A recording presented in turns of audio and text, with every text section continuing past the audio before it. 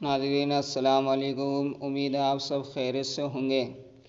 تو ناظرین، آج ہم حضرت عمر رضی اللہ عنہ کے بارے میں ایک واقعہ، زبردست واقعہ آپ کے سامنے پیش کریں گے۔ تو آپ سب دھیان اور توجہ سے پورے واقعے کو سنیں اور اس پر غور و فکر کریں، اور دوستو ویڈیو کو پوری واچ کریں۔ تو شروع کرتے ہیں اپنا اہم واقعہ۔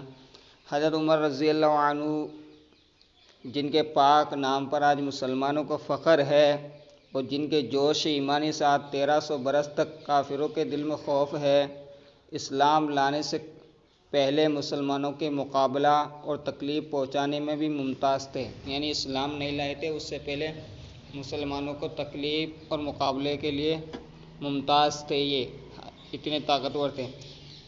نبی اکرم صلی اللہ علیہ وسلم کے قتل کے در پہ رہتے تھے، ہمیشہ نبی پاک صلی اللہ علیہ وسلم کو نعوذ باللہ قتل کرنے کی در پر فکر میں رہتے تھے حضرت عمر رضی اللہ عنہ، جب اسلام نہیں لائے تھے۔ ایک روز کفار نے مشورے کی، کمیٹی قائم کی کہ کوئی ہے جو محمد صلی اللہ علیہ وسلم کو نعوذ باللہ قتل کر دے۔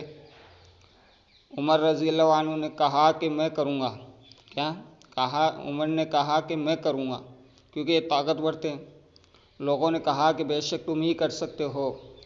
حضرت عمر رضی اللہ عنہ تلوار لٹکائے ہوئے اٹھے اور چل دیے۔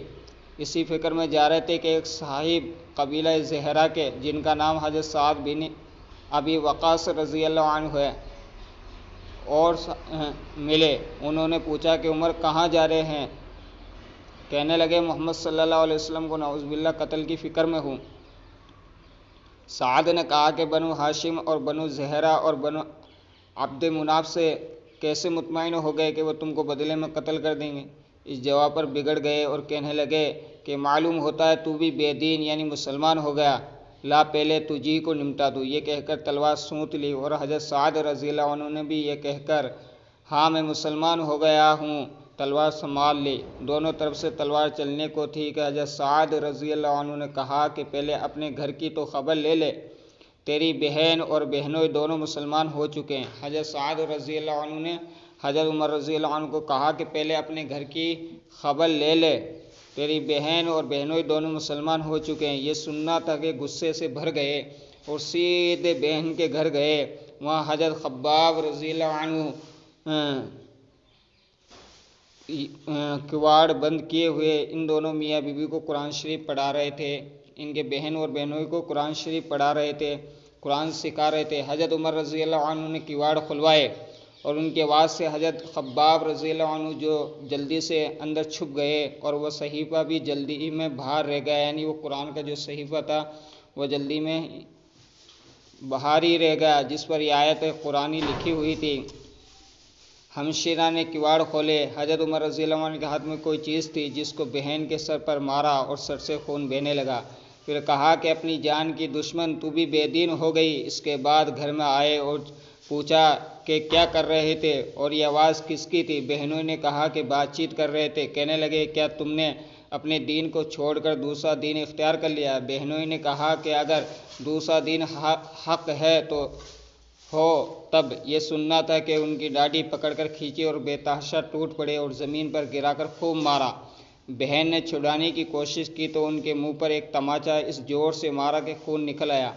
وہ بھی آخر حضرت عمر رضی اللہ عنہ کی بہن تھی۔ کہنے لگی کہ عمر، ہم کو اس وجہ سے مارا جاتا ہے کہ ہم مسلمان ہو گئے، بے شک ہم مسلمان ہو گئے ہیں، تو جو تجھ سے ہو سکے تو کر لے۔ اس کے بعد حضرت عمر رضی اللہ عنہ کی نگاہ صحیفے پر پڑی جو جلدی میں باہر رہ گیا تھا، اور غصے کا جوش بھی اس مار پیٹ سے کم ہو گیا تھا، اور بہن کے اس طرح خون میں بھر جانے سے بھی شرم آ رہی تھی۔ کہنے لگے کہ اچھا مجھے دکھلائے یہ کیا ہے؟ بہن نے کہا کہ تو ناپاک ہے، یعنی قرآن کو ناپاک آدمی نہیں چھو سکتے، تو ناپاک ہے اور ناپاک ہاتھ نہیں لگا سکتے۔ ہر چند اصرار کیا، کوشش کی مگر نہیں دیا، اور اصرار کیا مگر وہ بے وضو اور غسل دینے کو تیار نہ ہوئے۔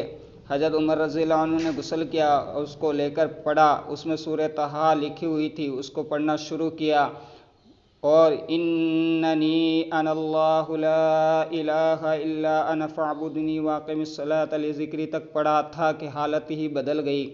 کہاں تو حضور صلی اللہ علیہ وسلم کے نعوذ باللہ قتل کے ارادے سے نکلے تھے، کہاں قرآن شریف کی آیت جیسی پڑھی حالت بدل گئی اور کہنے لگے کہ اچھا مجھے بھی محمد صلی اللہ علیہ وسلم کی خدمت میں لے چلو۔ یہ الفاظ سن کر حضرت خباب رضی اللہ عنہ اندر سے نکلے، جو ان کو پہلے سے قرآن شریف پڑھا رہے تھے، وہ عمر رضی اللہ عنہ کی ڈر کی وجہ سے چھپ گئے تھے، اور وہ اندر سے باہر نکلے اور کہا کہ اے عمر، تمہیں خوشخبری دیتا ہوں، کل پنجشنبہ میں یعنی کل شام کو پنجشنبہ میں حضور اقدس صلی اللہ علیہ وسلم نے دعا مانگی تھی کہ یا اللہ، عمر اور ابو جہل میں جو تجھے زیادہ پسند ہو اس سے اسلام کو قوت عطا فرما، اور یہ دونوں قوت میں مشہور تھے، طاقت میں مشہور تھے، اور لوگ ان کے خوف سے ڈرتے تھے۔ معلوم تھا کہ حضور کی دعا تمہارے حق میں قبول ہو گئی۔ اس کے بعد حضور صلی اللہ علیہ وسلم کی خدمت میں حاضر ہوئے اور جمعے کی صبح کو مسلمان ہوئے۔ ان کا مسلمان ہونا تھا کہ کفار کے حوصلے پست ہونا شروع ہو گئے، مگر پھر بھی یہ نہایت مختصر جماعت تھی، اور سارا مکہ بلکہ سارا عرب اس لیے اور بھی جوش پیدا ہوا، اور جلسے کر کے مشورے کر کے ان حضرات کو ناپید کرنے کی کوشش ہوتی تھی اور طرح طرح کی تدبیریں کی جاتی تھی، تاہم اتنا ضرور ہوا کہ مسلمان مکہ کی مسجد میں نماز پڑھنے لگے۔ حضرت عبداللہ بن مسعود رضی اللہ عنہ فرماتے ہیں کہ عمر رضی اللہ عنہ کا اسلام لانا مسلمانوں کی فتح تھی، اور ان کی ہجرت مسلمانوں کی مدد تھی، اور ان کی خلافت رحمت تھی۔ تو حضرت عمر رضی اللہ عنہ اتنے بڑے طاقتور جلیل القدر صحابی تھے کہ جس گلی سے گزر جاتے تھے وہاں شیطان بھی نہیں آتا تھا ان کی ڈر کی وجہ سے۔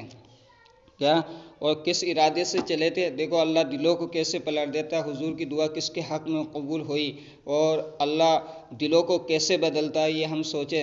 حضرت عمر رضی اللہ عنہ آپ صلی اللہ علیہ وسلم کے نعوذ باللہ قتل کے ارادے سے نکلے تھے، اور ہمیشہ حضور پاک صلی اللہ علیہ وسلم کو قتل پہ در پہ رہتے تھے۔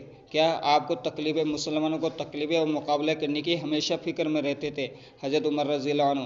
اور جب حضرت سعد بن ابی وقاص رضی اللہ عنہ جب راستے میں ملے تو ان سے بھی بھڑ گئے، اور جب انہوں نے کہا کہ بہن بہنوئی مسلمان ہو گئے، ان کی خبر لے لو، تو پورا کا پورا غصہ کدھر چل گیا، بہن بہنوئی کے چلا گیا، اور وہاں جا کے جب مار پیٹ کی، اور اس مار پیٹ کو دیکھ کے جب جوش ٹھنڈا پڑا تو کیا دیکھتے ہیں کہ پھر جب قرآن کی آیت پڑھی تو قرآن سے دیکھو دل کیسے پلٹ گیا، قرآن سے دل کیسے ٹھنڈا ہوگا، اور کیسے قرآن کی جیسی آیت پڑھی کہنے لگے میرے کو بھی نبی پاک صلی اللہ علیہ وسلم کی خدمت میں لے چلو، خدمت میں لے چلو۔ تو یہ دوستو ہم سوچیں، قرآن کو آج ہم چھوڑ کے بیٹھے ہیں، اور قرآن کو ہم چھوڑ کے بیٹھ کے زندگی گزار رہے ہیں، اور زندگی گزارنے سے اپنی زندگی خراب ہو رہی ہے۔ اس لیے ہم قرآن کی فکر کریں اور صحابوں کی محبت، صحابوں کا طریقہ اپنی زندگی میں لائیں، نبی پاک صلی اللہ علیہ وسلم سے محبت کریں، آپ صلی اللہ علیہ وسلم کی سنتوں کو زندہ کریں، ان کے طریقے کو اپنی زندگی میں لے کے آئیں، اور ہم سچے پکے مسلمان بن کے دنیا میں رہیں،